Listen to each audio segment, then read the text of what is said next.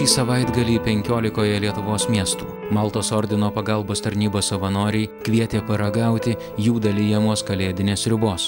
Iš to paties puodo, iš kurio kiekvieną dieną šiuo metu Lietuvoje maitinami 300 ligotų vienišų senelių. Ne tik sriubą atneša, bet ir savo širdies gerumą. Apie širdies gerumą primename jau 6. sekmadienį iš eilės, ragindami jūs aukoti ir neužmiršti tų, kuriems net 2 jūsų paaukoti litai gali būti dar viena diena. Почему заплакали сразу?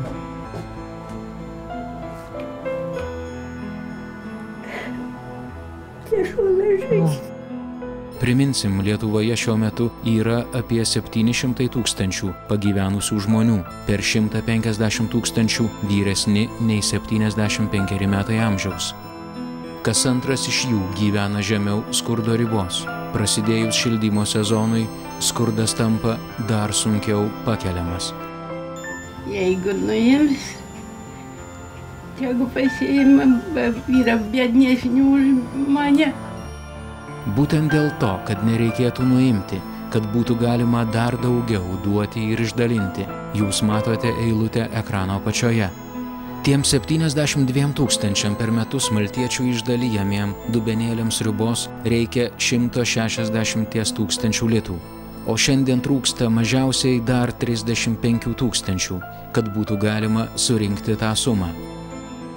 Prieš tai aš nevalgiau, nieko neišsivirdavau ir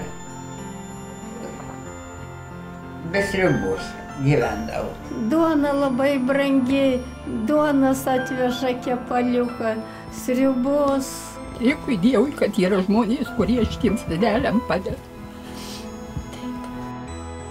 Ar reikia dar sakyti, kad jeigu prisidėtumėt, tų 300 maltiečių jau lankomų senelių grupę būtų galima padidinti? Jūs neįsivaizduojat, koks yra didelis man taupimas. Vienas dalykas, reikėtų pirkti mėsą, pirkti daržovės, virti sriubą, dujas naudoti, o viskas tas man tai susiekonomint. Viena lėkštė skambinant numeriu 1418, 2 lėkštės 1419. Juk ką gali žinoti, gal tai kur nors ir mums bus įskaityta.